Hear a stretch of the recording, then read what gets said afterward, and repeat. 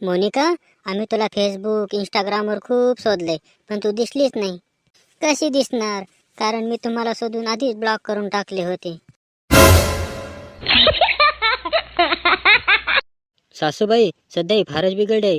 दिवसेंदिवस संसार व स्वयंपाक बेचव बनवत आहे. जावाई बापू, 3 तोळ्याचे रिचार्ज मारा. पुढचे 1 वर्ष ठीकठाक चालेल.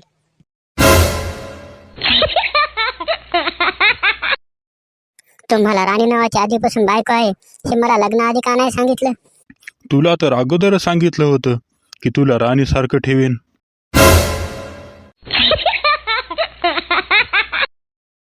तुमच्या डोक्यात ना नुसतं शेण भरले.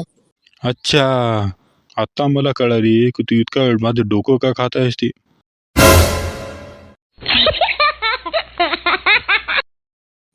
अहो, ऐकलं का? पेपरमध्ये बातमी आली आहे की एका नवऱ्यानं आपल्या पत्नीला विकलं. अरे वा, कितीला? एका सायकलसाठी त्याने असं केलं. तुम्ही तर असं नाही ना करणार? मी इतका मूर्ख थोडी आहे. तुझ्या बदल्यात तर मी कार घेईन.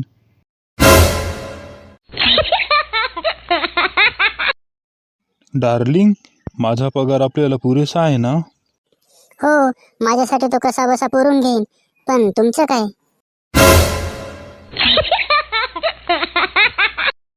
आहो, घास भरवा ना. बर बर, हे घे. मी नाही घेणार जा. तुमचे ना माझ्यावर प्रेमच नाही गडे.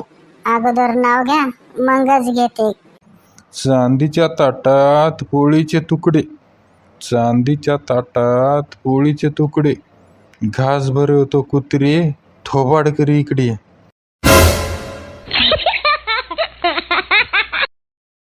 का हो, तुमच्या शर्टवर एक पण केस नाही? हा मग?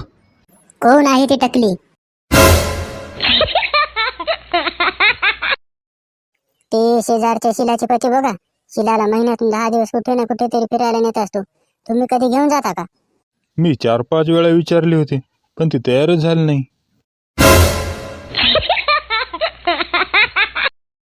साहेब, माझे पती गिरणीवर दळण आणण्यासाठी बाहेर गेले होते. ते गेले 3 दिवस परत आलेच नाहीत. मग गेले 3 दिवस तुम्ही काय करत होता? काय करणार साहेब? परवा उपीट केले, काल कांदे पोहे आणि आज शेवटी खिचडी लावली.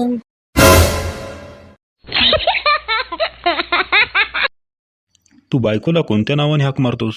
गुगल. का रे? आईला एक प्रश्न विचारला की 1000 उत्तर देती.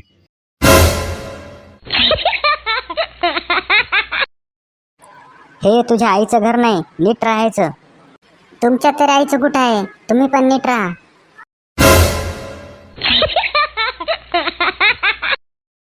आपल्याला मुलगी उगीच झाली.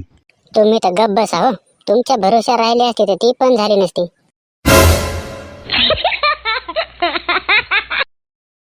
अहो बघा ना, बोलता बोलता आपल्या लग्नाला 30 वर्षे झाली. अगं मग एवढं बोलायचं कशाला?